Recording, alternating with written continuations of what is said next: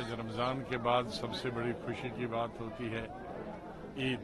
अल्लाह ताला से यही दुआ करते हैं कि वो तमाम लोगों के, पूरी दुनिया के और हमारे मुल्क के लोगों के रोज़े कबूल कर दे, उनकी नमाज़ें कबूल कर दे। और आज ईद के दिन सारे भारत में लोग खुशियाँ मनाएं, सब मिलजुल के, हिंदू मुसलमान सिख इत्तेहाद, हमारे देश में इत्तेफाक हो, एकता हो, इत्तेहाद हो, खुशहाली हो, गुर्बत ख़त्म हो जाए, जहालत ख़त्म हो जाए, बेकारी बेरोज़गारी ख़त्म हो जाए। यही दुआ आज की जा सकती पूरे मुल्क के लिए। सबको मेरी तरफ से ईद मुबारक। सबको हमारी तरफ से ईद मुबारक।